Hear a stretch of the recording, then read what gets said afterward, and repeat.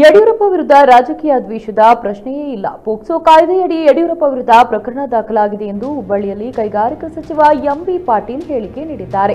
POCSO act ಅತ್ಯಂತ ಗಂಭೀರವಾದದ್ದು. ಅಪ್ರಾಪ್ತ ವಯಸ್ಸಿನ ಮಕ್ಕಳ ಮೇಲೆ ದೌರ್ಜನ್ಯವಾದರೆ ಅದಕ್ಕೆ ಪೋಕ್ಸೋ ಕಾಯ್ದೆ ಅನ್ವಯ ಮಾಡಲಾಗುತ್ತೆ. ಹೀಗಾಗಿ ಯಾವುದೇ ಸರ್ಕಾರ ಇದರಲ್ಲಿ ಹಸ್ತಕ್ಷೇಪ ಮಾಡಲು ಬರಲ್ಲ. ರಾಜ್ಯದಲ್ಲಿ ಚಿತ್ರದುರ್ಗ ಮುರುಘಾ ಮಠದ ಸ್ವಾಮಿಗಳ ಪ್ರಕರಣವನ್ನ ನೋಡಿದ್ದೀರಿ. ಪೋಕ್ಸೋ ಕಾಯ್ದೆಯಡಿ ತನ್ನದೇ ಆದ ಕ್ರಮಗಳನ್ನು ಕೈಗೊಳ್ಳಬೇಕಾಗುತ್ತದೆ. ಹೈಕೋರ್ಟ್ ವಾರೆಂಟ್ ಜಾರಿ ಮಾಡಿದೆ. ಕೋರ್ಟ್ನ ನಿರ್ದೇಶನ ಇರಬೇಕಾದ್ರೆ ಕಾಂಗ್ರೆಸ್ ಬಿಜೆಪಿಯ ಪ್ರಶ್ನೆ ಬರಲ್ಲ. ಯಡಿಯೂರಪ್ಪ ತಪ್ಪಿತಸ್ಥರೆಂದು ಹೌದೋ ಅಲ್ಲವೋ ಅನ್ನೋದನ್ನ ನ್ಯಾಯಾಲಯ ನಿರ್ಧಾರ ಮಾಡುತ್ತೆ.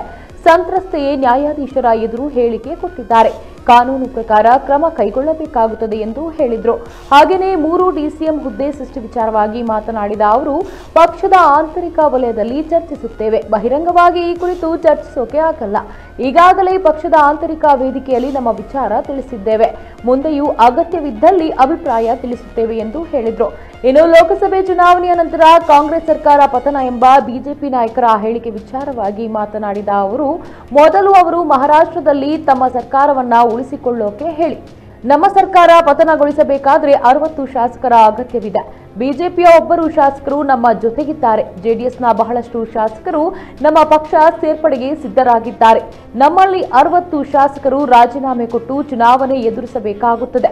ಇನ್ನು ಎಚ್.ಡಿ. ಕುಮಾರಸ್ವಾಮಿ ಕೇಂದ್ರ ಕೈಗಾರಿಕಾ ಸಚಿವರಾಗಿದ್ದಾರೆ. ಕೆಲ ಬೇಡಿಕೆಗಳನ್ನು ಶೀಘ್ರವಾಗಿ ಸಲ್ಲಿಸಲಾಗುತ್ತದೆ. ರಾಜ್ಯಕ್ಕೆ ಮಹತ್ವದ ಖಾತೆಗಳು ಸಿಕ್ಕಿರೋದರಿಂದ ನಮ್ಮ ರಾಜ್ಯಕ್ಕೂ ಒಂದಷ್ಟು ನೆರವಾಗಲಿದೆ ಎಂದು ಹುಬ್ಬಳ್ಳಿಯಲ್ಲಿ ಎಂಬಿ ಪಾಟೀಲ್ ಹೇಳಿಕೆ ನೀಡಿದ್ದಾರೆ. ನೋಡಿ, ನೀವು ತಿಳ್ಕೊಂಡಿದ್ದವರು ಇದು ಪೋಸ್ಕೋ ಆ್ಯಕ್ಟ್ ಏನಿದೆ, ಇದು ಪೋಸ್ಕೋ ಆ್ಯಕ್ಟ್ ಅತ್ಯಂತ ಗಂಭೀರವಾದಂಥ ಇದು ಕೇಂದ್ರ ಸರ್ಕಾರದ ಒಂದು ಕಾನೂನು ಮುಖಾಂತರ ತಂದಿರುವಂಥದ್ದು. ಅಪ್ರಾಪ್ತ ವಯಸ್ಸಿನ ಮಕ್ಕಳ ಮೇಲೆ ಏನಾದರೂ ಆರೋಪಗಳು ಕೇಳಿ ಬಂದರೆ ಅದಕ್ಕೆ ಪೋಸ್ಕೋ ಆ್ಯಕ್ಟು ತಿಳಿಸೋದು ಆಗ್ತದೆ. ಹೀಗಾಗಿ ಇದರಲ್ಲಿ ಯಾವ ಸರ್ಕಾರಗಳು ಕೂಡ ಯಾರೂ ಕೂಡ ಹಸ್ತಕ್ಷೇಪ ಮಾಡಲಿಕ್ಕೆ ಬರೋದಿಲ್ಲ, ಯಾರೂ ಪ್ರೊಟೆಕ್ಟ್ ಮಾಡಲಿಕ್ಕೂ ಬರೋದಿಲ್ಲ. ತಾವು ನೋಡಿದಿರಿ, ಈಗಾಗಲೇ ಚಿತ್ರದುರ್ಗದ ಮುರುಘಾ ಮಠದಲ್ಲಿ ಆ ಸ್ವಾಮಿಗಳ ನೋಡಿದಿರಿ.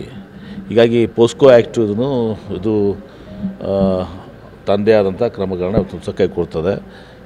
ಹೀಗಾಗಿ ಅವ್ರ ಮೇಲೆ ಇವತ್ತಿನ ದಿವಸ ನಾವು ಅಲ್ಲ, ಹೈಕೋರ್ಟ್ ಇವತ್ತಿನ ದಿವಸ ವಾರಂಟನ್ನು ಇವತ್ತಿನ ದಿವಸ ಅದು ಅವ್ರ ಮೇಲೆ ಹೈಕೋರ್ಟ್ ತೀರ್ಪು ಕೊಟ್ಟಿದೆ.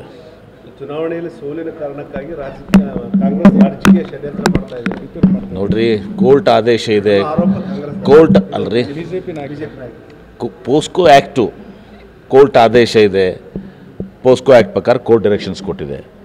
ಇದರಲ್ಲಿ ಕಾಂಗ್ರೆಸ್ಸು ಬಿಜೆಪಿ ಪ್ರಶ್ನೆಯಲ್ಲಿ ಬರ್ತದೆ.